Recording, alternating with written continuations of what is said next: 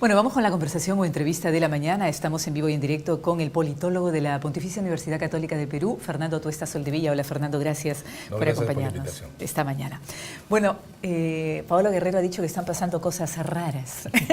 Están pasando cosas raras en general en nuestro país, o han estado pasando. Mi primera pregunta es, ¿crees que la última entrevista que brindó el presidente de la República, Martín Vizcarra, aclaró las dudas que se cernían sobre cómo llegó él a la presidencia o se hablaba un poco sobre un famoso tema de la conspiración, o dejó más dudas en la opinión pública y en general en los peruanos?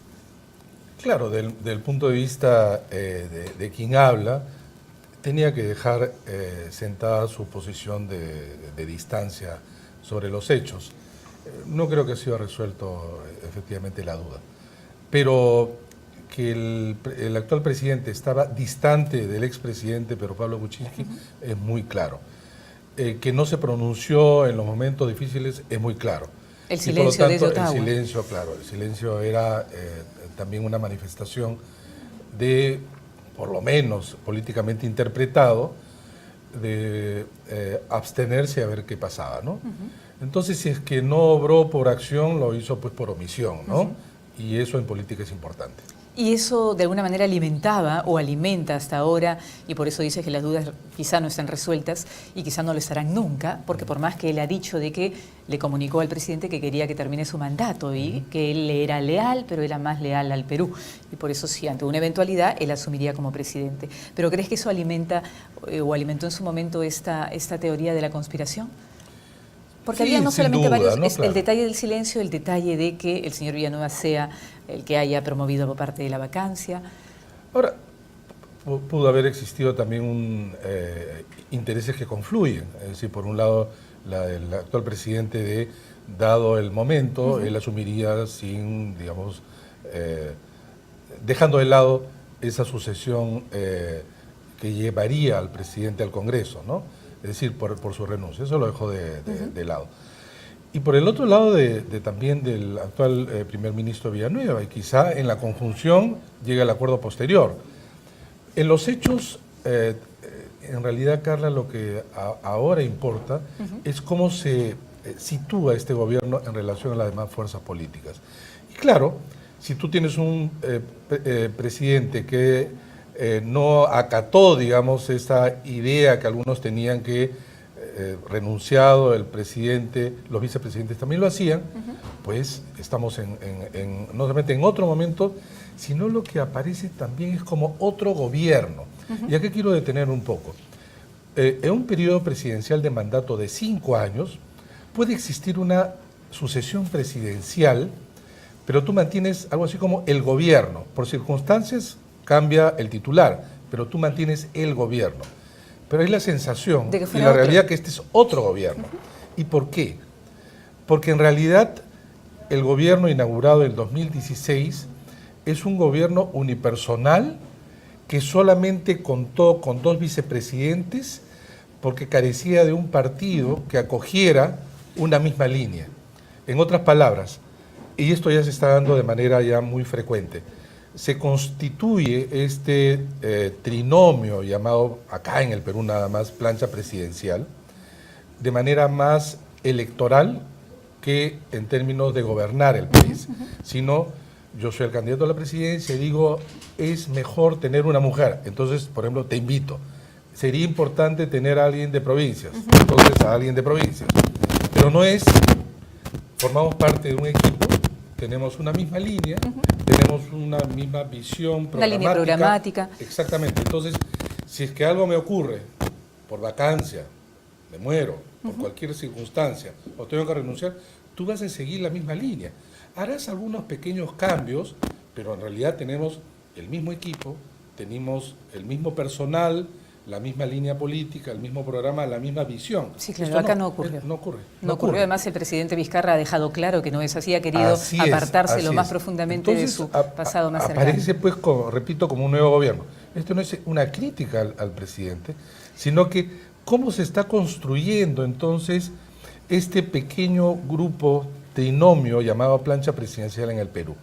Y entonces uno comienza a mirar... ¿Podrían haber modificaciones dado esto que estás diciendo, modificaciones constitucionales en el sentido de que si un presidente llega, por ejemplo, y no tiene esa mayoría parlamentaria o no la puede lograr, como fue el caso de PPK, y de pronto mira a su vicepresidente y dice, miércoles, ¿no?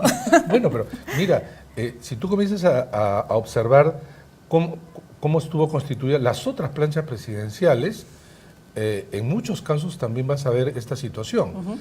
Y si miras hacia atrás, sí, claro, ¿quién eran los vicepresidentes de Ollanta-Humala?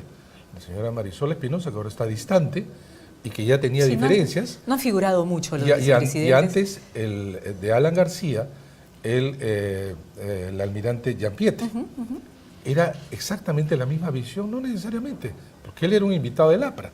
¿Y en el caso de Fujimori, por ejemplo, el señor San Román? En el caso de Fujimori, efectivamente, Máximo San Román.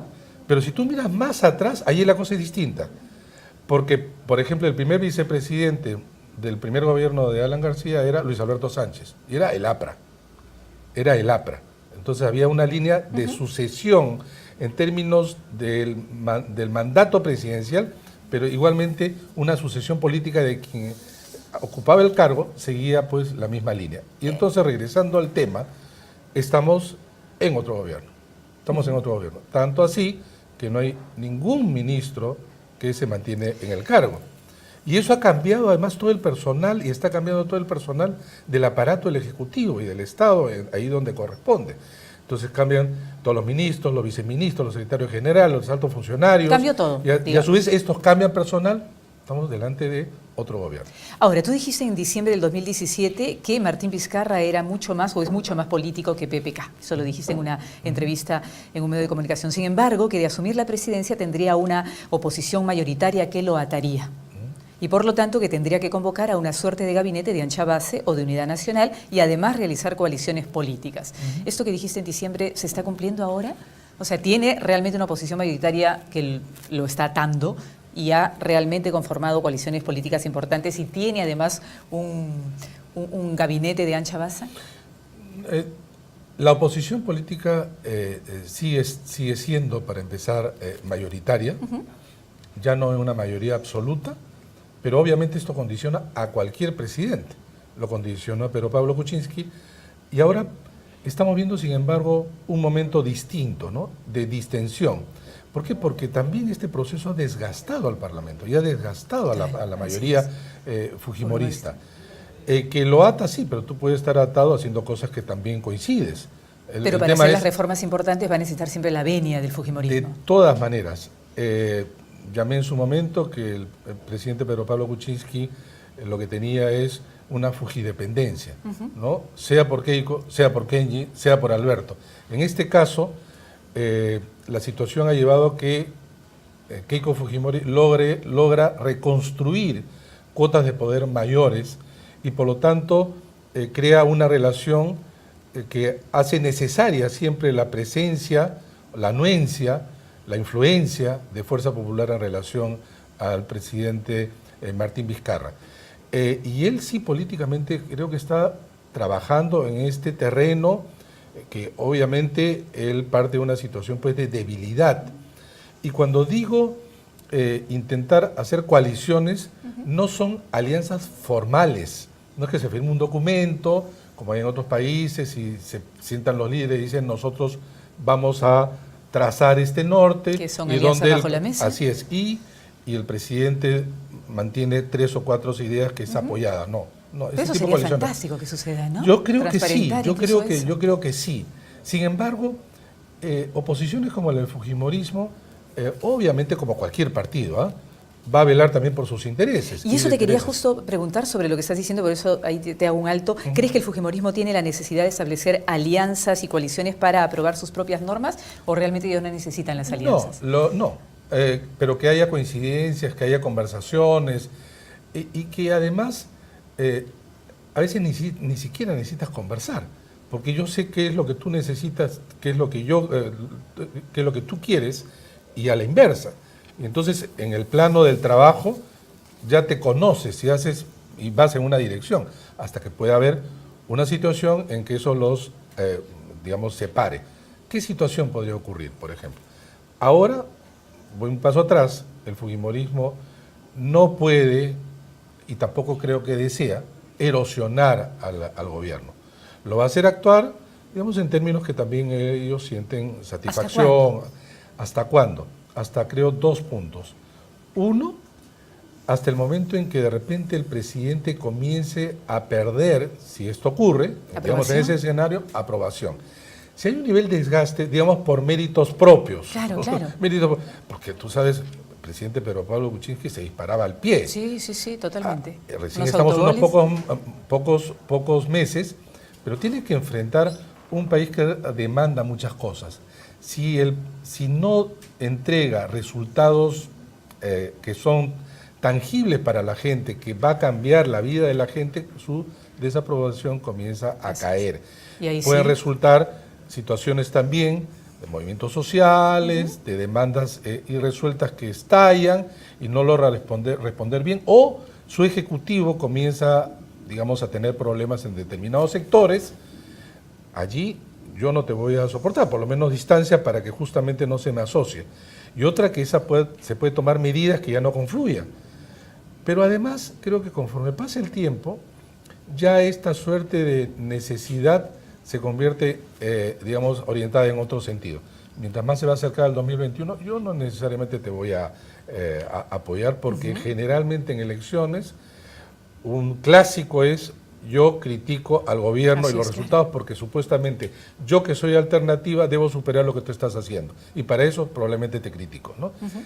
Ahora, esto lo que estoy diciendo, más o menos un tránsito también manejable, pero eso va a depender de muchas cosas. Estamos en el Perú, donde las sorpresas, digamos, son permanentes. Y 3 además, años es un montón. Claro, y además pueden haber otros elementos externos que pueden llevar a que esta situación de cierta armonía también se rompa. ¿Cuál elemento externo podría ser el más significativo? Para empezar, los temas de corrupción nos han estallado a cada rato.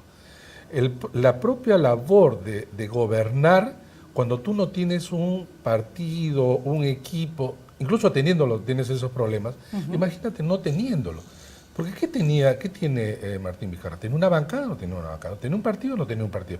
¿Tiene un equipo de apoyo, un sector social organizado? Pero podría tener ahora los presidentes regionales como apoyo. Ya, pero los presidentes regionales están altamente cuestionados, casi. No, además de eso, ellos van a terminar su mandato en fin de año. Sí. Quizás los nuevos presidentes regionales pueden manejarse. Pero, para empezar, los 25 actuales gobernadores tienen sus propias organizaciones e intereses. Es distinto que sean miembros de 2 o 3 partidos, entonces tú negocias con 2 o 3 partidos, ahora tienes que negociar con 25 mini partidos. Yo no digo que es imposible, yo digo que es más complejo. Y entonces, la pericia política es la que se pone a prueba. Bueno, pero ahí tú dijiste, él es mejor político que PPK, o sin sea, duda, sin duda tiene más herramientas. Hasta ahora lo están haciendo en un escenario, repito, complejo. El control político y la fiscalización son funciones legislativas, ¿no? ¿Hay hoy por hoy, y te quería preguntar, oposición en el país para ejercer ese control? Bueno, sí, se ejerce de diversas maneras. Hay 2 tipos de control: el control formal, de parte institucional, más que formal, institucional, y ahí vemos sobre todo fuerzas como, básicamente, Fuerza Popular, aun cuando también los otros lo ejercen, ¿no? Las dos bancadas de izquierda, el APRA, en fin, y se hace efectiva. Hasta ahora no hemos visto ningún mecanismo, digamos, que ha podido llevar a un nivel de confrontación, porque el control puede existir, pero el control puede llevar también al choque de poderes. Hay otro control político que se ejerce de la sociedad civil, ¿no? De la opinión pública, pero el que obviamente es el central, el que lleva más potencia en términos de esta naturaleza de reelección, es efectivamente legislativo. Y cómo, por ejemplo, estamos en democracia, ¿no? El control político es mucho más posible que si no lo estuviéramos. ¿Cómo sería posible poner límites al fujimorismo desde el Ejecutivo, por ejemplo? ¿Es factible en este escenario? Lo que pasa es que yo no creo que esto tenga que ver con la naturaleza del fujimorismo, sino con la naturaleza de la cantidad de sus miembros. Y lo voy a poner así para que quizás se entiendan los televidentes. Y uno podría preguntarse, en el gobierno de Alejandro Toledo, si es que el APRA hubiera tenido 73 congresistas, que era la oposición, ¿hubieran o no vacado o intentado vacar a Alejandro Toledo? Sobre todo cuando llegó a tener 8, 12%. Muy poquito, sí. Es altamente probable que sí. Sí, sí. En el gobierno de Alan García, si el Partido Nacionalista hubiera tenido 73, una mayoría absoluta de la oposición, ¿hubiera vacado o no a Alan García, digamos por el tema del indulto? Es probable que sí. Si es que el fujimorismo hubiera tenido 73 en el Parlamento que en el periodo de Ollantumala, ¿lo hubiera vacado? Probablemente sí. Y sobre todo porque, si te das cuenta, pasado el año de todos los gobiernos, el presidente ha perdido ya la mayoría ciudadana en términos de opinión. A partir del segundo año hasta el quinto, es decir, 4 años, la desaprobación es mayor que la aprobación, llevando a niveles muy bajos en el último año. Entonces son presidentes debilitados en términos de legitimidad social. Es muy proclive a ser vacado con una mayoría además en el Parlamento. Entonces el tema no es la naturaleza de estos partidos, que no digo que sean iguales, pero cuando tú tienes un poder, en este caso, de control que puedes someter a tu opositor, que lo miras al frente, es muy probable que lo ejerzas. Claro, que use esos recursos que tiene de esa manera. Y es más, entonces esto es solamente una especulación, ya no. Vamos a ver la historia peruana y vemos cómo en los momentos en que ha sucedido esta situación, vale decir, una mayoría opositora en el Parlamento, mayoría absoluta, Bustamante, Belaúnde, el mismo Fujimori, han terminado en la ruptura del mandato presidencial. Golpe de Estado los tres. Ahora no ha habido golpe de Estado, pero tenemos que renunciar al presidente. Ahora, ¿eso demuestra una especie de dictadura legislativa? No, ¿O no? ¿O finalmente es algo común que podría pasar? Porque está dentro de los cauces de la Constitución. Sí. No, yo creo que hay un tema de pero lo hay que dictaduras llamamos, con Congreso y todo. Así es, yo creo que es un tema de lo que es el diseño institucional en el marco de las constituciones. Porque para empezar, ya en el siglo XIX las primeras constituciones hablaban también de una vacancia por incapacidad física o moral permanente. ¿Y qué significaba eso en el siglo XIX? La física se entiende, tú puedes tener una enfermedad o un accidente y ya no puedes seguir al mando. Pero también en términos psicológicos puede ocurrir un tema de salud mental que hace imposible que tú puedas gobernar. Y en aquella época lo moral era psicológico, no era moral como lo entendemos ahora. Y ese artículo se mantuvo. Y hoy, entonces, es una caja de Pandora. Sí, claro. Ahí tú utilizas diciendo, sí, mintió, y por lo tanto debe renunciar o debe ser vacado, o cualquier elemento. Tú puedes tomar cualquiera, y lo pudieron usar contra Toledo, contra García, contra Humala y en adelante. ¿Y eso crees que se pueda revisar en algún momento? ¿Habrá gente interesada en hacerlo? Lo que pasa es que estamos en un país, además, en donde por el desapego, la distancia y la crítica tremenda que para la gente tiene en razón de sus representantes, esto gusta mucho. Esto es sancionar, castigar, etcétera. Dice, los políticos son tal y cual y también los presidentes. Los eliges, pero al poco tiempo dices que son de todo. Y entonces tiene una cierta legitimidad también social, pero es sumamente peligroso. Las decisiones políticas y de cambios no necesariamente son populares, pero muchas veces los parlamentarios sí actúan en función de la opinión pública. Pocos se atreven a dar los pasos porque además es políticamente incorrecto, ¿no? Entonces, yo sí creo que esto hay que discutirlo, digamos, con serenidad, con responsabilidad, viendo hacia adelante, porque esto se puede utilizar y vamos a estar en un país sometido constantemente a una fuerte inestabilidad. Lo que tú eliges en países como el nuestro es una autoridad, el presidente de la República, que no solamente es el más alto cargo, sino que también hay que proteger. Eso de que es un ciudadano, pero no es cierto, esta es la demagogia. No somos iguales, en términos, no somos iguales porque además a través del voto, donde sí somos iguales, le otorgamos facultades de tal manera que incluso debe ser protegido, porque si no la oposición lo puede descabezar. Ahora, ¿esta es una protección absoluta? No, de ninguna manera. Sí, sería pero hay causales, Hay procedimientos, como hay en otros países, en donde sí amerita, ¿no?, ser que un presidente salga, pero no de las características del presidente Pedro Pablo Kuczynski, que dicho sea paso tiene muchísima responsabilidad. Ok, eso te iba justamente a preguntar si fue... No, esto no quita, o sea, esto de acá no quita el hecho de que él ha tenido gran responsabilidad del propio fracaso de su gobierno de año y un poco más de año y medio. Los integrantes de los partidos se esfuerzan por denominar a sus alianzas como lo que tú estabas contando, programáticas, históricas, principistas, y lo cierto es que quizá están estructuradas sobre otras bases, y lo que estamos viendo, los votos, el dinero y quizá muchas otras que no podemos lograr ver nosotros. ¿Nos puedes dar un mapa de cómo estás viendo ahora las alianzas con miras a las siguientes elecciones regionales y municipales? A ver, para empezar, ¿cuál es el mapa del poder a nivel regional? El mapa del poder es así. Solo uno de cada cuatro autoridad subnacional, vale decir, gobiernos regionales, municipios provinciales y distritales, lo tienen los partidos políticos nacionales. ¿Cuál es el porcentaje? Solo uno de cuatro, 25%. 25%, muy poquito. En todos los demás países, tú tienes que esos partidos nacionales también gobiernan a nivel subnacional, sí. Y al contrario, el resto, la minoría, las listas locales y regionales, acá es a la inversa. Y eso te muestra la debilidad de los partidos. Ahora, este 75% da poder ¿a quién? ¿A otros partidos regionales? No, lo que da es el poder a una multiplicación de partidos regionales, llamados movimientos acá en el Perú. O sea, tenemos muchísimos. ¿Cuántos movimientos regionales? No, para empezar no hay uno que repita ser gobernador en otro departamento. Entonces tenemos 25 para empezar. Son 25, uno por departamento. Se mira en el ombligo. No son regionales en el sentido estricto del concepto regional. Son departamentales. Es más, son tan departamentales que muchos llevan el nombre del departamento. Chimpún Callao, ¿no?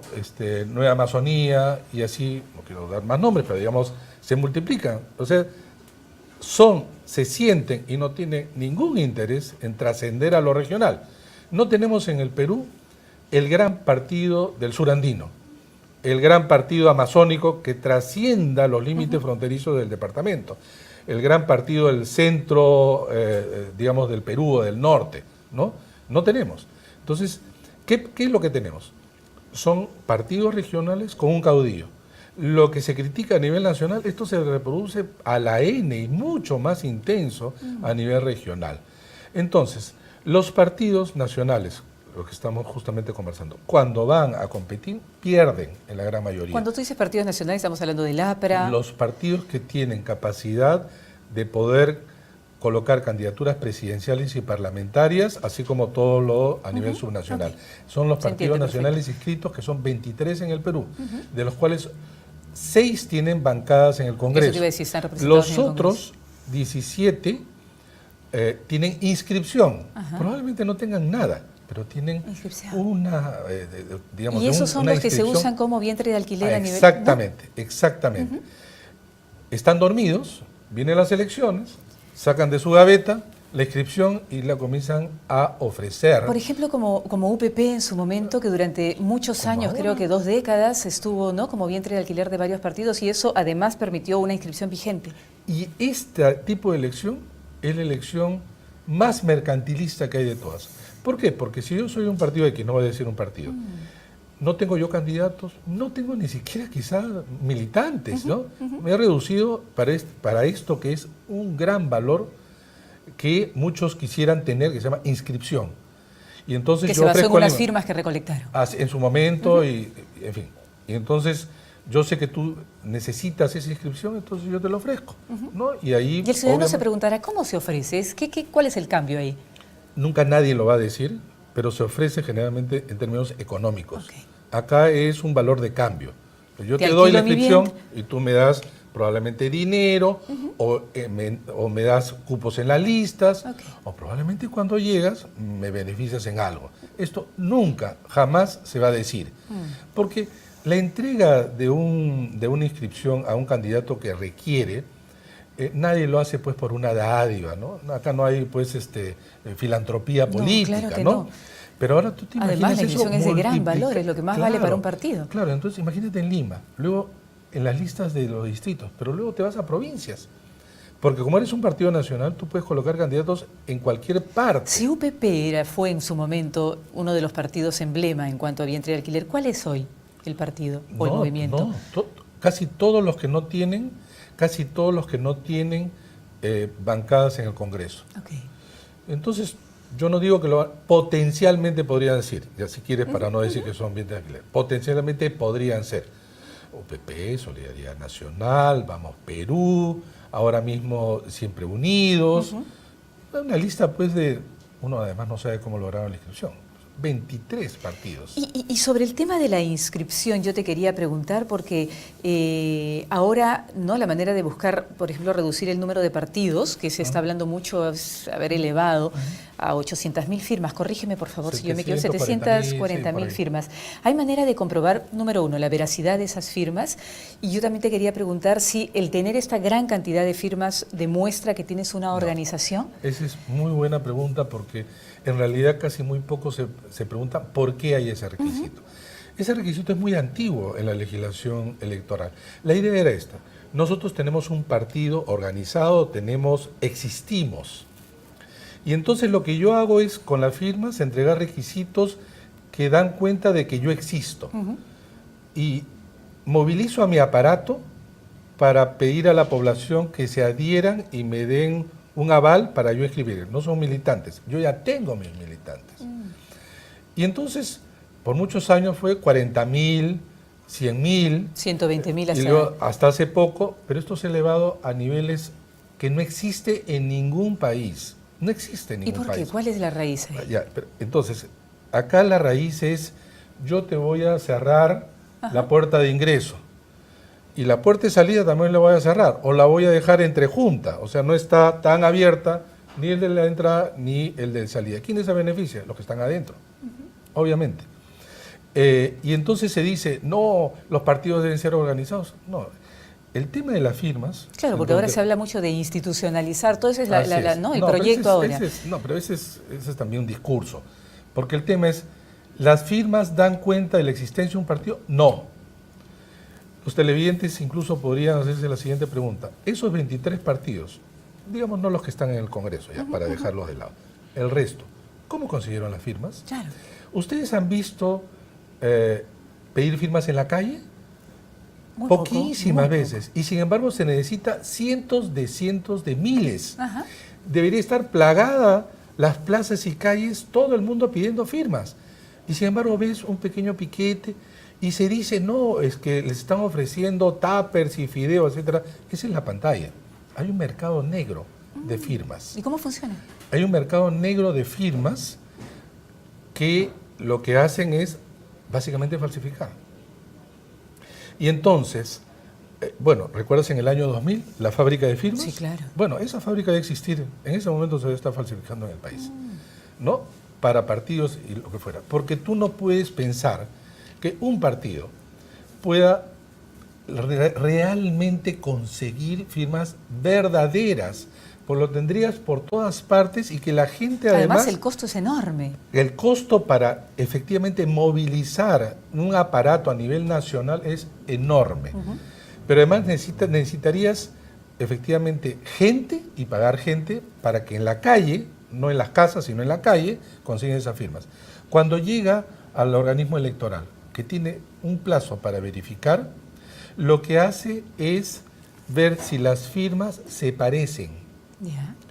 Y por eso existe un tecnicismo que se llama firma válida, nunca dicen verdadera. Sí. Nunca dicen, ¿es verdad? Ese es un tecnicismo. ¿Y por qué? Porque para que tú sepas exactamente que la firma, tu firma, que está en el planillón, realmente tú la suscribiste, yo hubiera tenido que hacer un examen, un peritaje especial. ¿Tú te imaginas el peritaje de cada firma cuando se entregan millones? O sea, el ente electoral, en este caso la OMPE, ¿no? Imagino que es la OMPE a la que llega... La OMPE a nivel de partidos nacionales se reúne en partidos regionales. Ok, entonces, ¿cuáles serían las motivaciones por las cuales no podría ser una corroboración exhaustiva de esas firmas? Imposible. Lo que estás diciendo es una cosa, que es el tema, ¿no?, de de que no tiene... Si tú vas y te dices, haces una denuncia porque te han falsificado la firma, tú vas, por ejemplo, haces una denuncia al Ministerio Público, vas a la Policía Fiscal, te hacen incluso firmar N cantidad de veces para ver si tu firma corresponde. Hacen un examen por una firma. Por una firma, imagínate. Imagínate te imaginarás eso, ¿no? Y entonces lo que hay y lo que se hace, entonces se contrasta firma con firma para decir que si es válida o no. Entonces lo que tú tienes es que, dado esta válida es si se parece. Sí más o menos se parece, así ¿no? es. Si se asemeja. Y entonces, y ahora ahí... Qué bueno que nos expliques esto de válidas y verdaderas, porque no lo sabía así. Así es, si tú tienes un planillón de 20 firmas, lo que hacían muchas veces los falsificadores es, y ahí sí el perito, porque no es que no existan peritos, sino hay pues un perito que va viendo, recorriendo, a ver si es que se le llama para cosas especiales, que agarra el planillón, porque son expertos, dice, este es el mismo puño gráfico. Entonces, te lo saca así un experto. Entonces, ¿qué hacen ahora? Ya no firma pues uno solo el planillón, sino se van intercambiando planillones, firmo acá en el planillón 1, en el 4, etcétera, cruzan, cosa que no aparece el mismo puño gráfico, ¿no? Y entonces, pero regresamos entonces al tema. Entonces subir el umbral para terminar en esta partecita es irracional. Al contrario, altamente irracional. Lo que te crea es un mercado negro que se amplía y la corrupción. Claro, y la corrupción. Total. No te demuestra nada, no te demuestra absolutamente nada, no te demuestra que eres un partido organizado. Y es más, cuando tú dices yo tengo que entregar 67 comités provinciales, acá están las actas, en muchos casos son comités donde le he dicho a la gente, oye, fírmame acá y te doy algo, ahí sí, porque los comités requieren de 50 militantes por cada nivel provincial.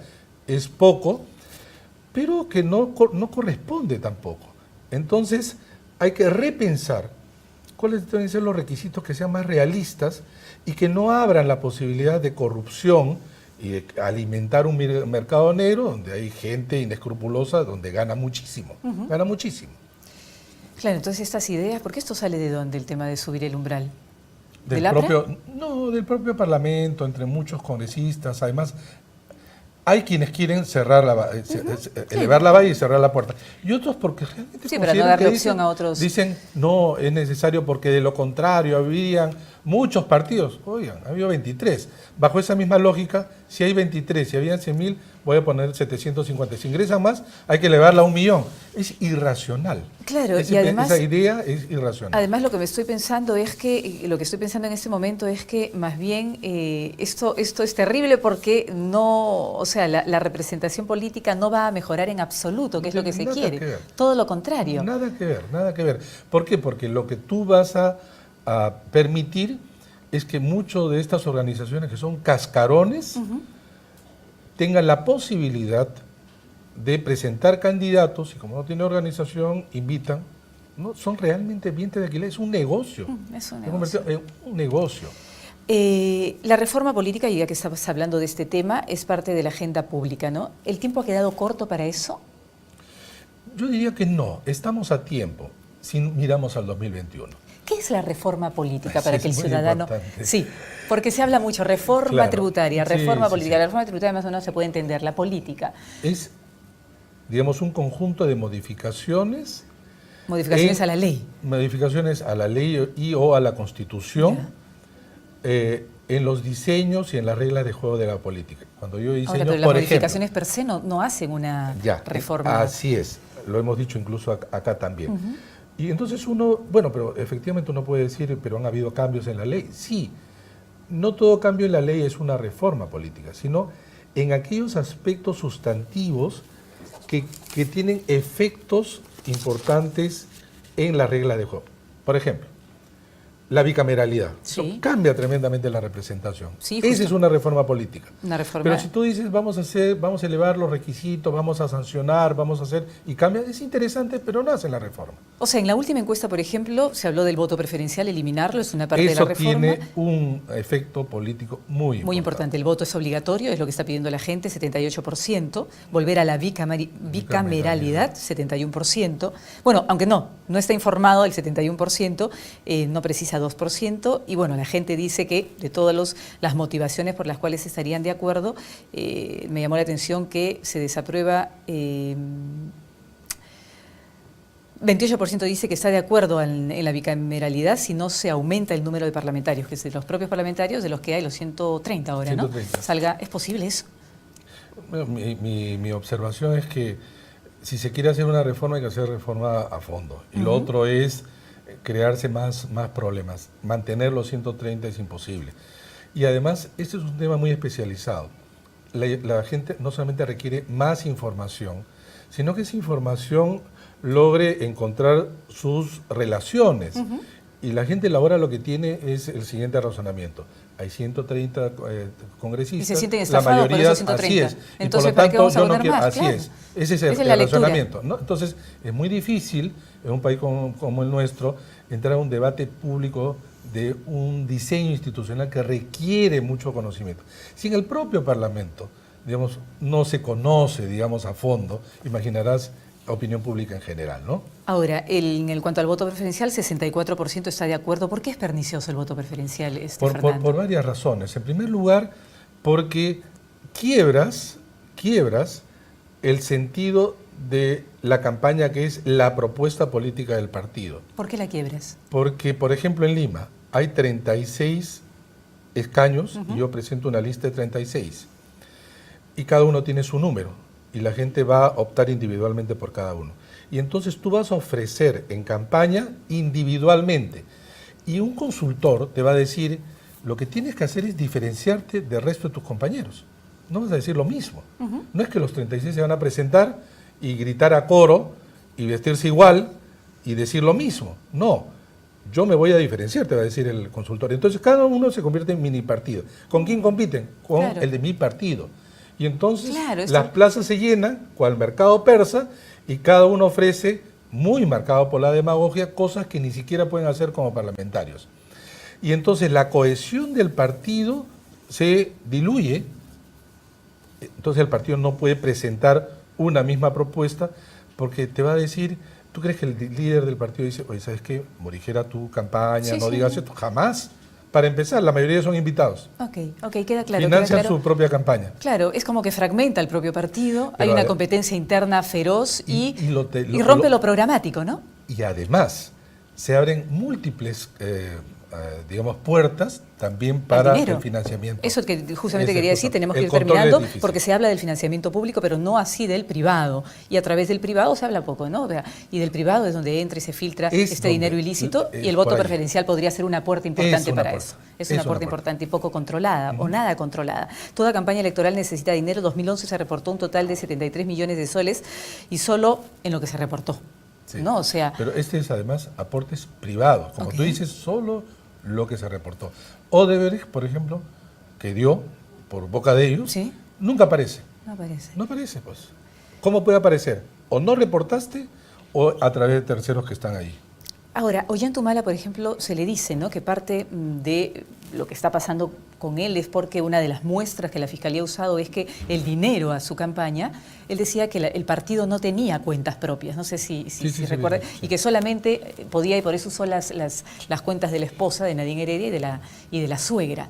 ¿Es de esa manera como funcionan? O sea, ¿quién es al final el que maneja el dinero? ¿El tesorero? ¿El presidente del partido? Hay tanta informalidad en los partidos, en la gran mayoría.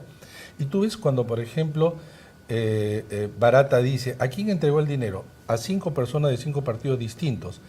Esos 5, ¿qué cosa eran? ¿Tesorero del partido? Ninguno era tesorero del partido. O sea, pues entonces es posible que el tesorero sí quiera hacer bien su trabajo y lo esté haciendo bien. Podría darse el caso en que el tesorero quiso hacer bien su trabajo, pero el equipo de campaña, él no está en el equipo de campaña, el candidato presidencial entrega, digamos, la confianza en una persona X que ni siquiera es del partido, no tiene cargo, no tiene responsabilidad, y donde le va la información, alguna, no toda, al tesorero del partido, que además tiene que entregar la información, él sí es responsable ante la OMP. ¿Y eso puede cambiar o no hay manera de que cambie? Entonces se está discutiendo ampliar la responsabilidad también al candidato. Perfecto. Y en algunos casos se exige también al partido, pero eso está en discusión. Está en discusión. Bueno, los partidos son realmente los receptores, parece, y centralizadores del dinero privado. Bueno, qué pena, tengo algunas preguntitas más por hacer, pero ya no nos queda tiempo. Yo te agradezco porque igual nos das unas luces, ¿no? Gracias, Carla, de lo que y bueno, ¿y qué se vendrá? Vamos a ver. Vas a estar con mucho trabajo con todo este análisis. Bueno, fue Fernando Tuesta Soldevilla, politólogo de la Pontificia Universidad Católica, que nos ha acompañado esta mañana. Tengo un hermoso día. Gracias. Nos vamos a una pausa, regresamos con más información.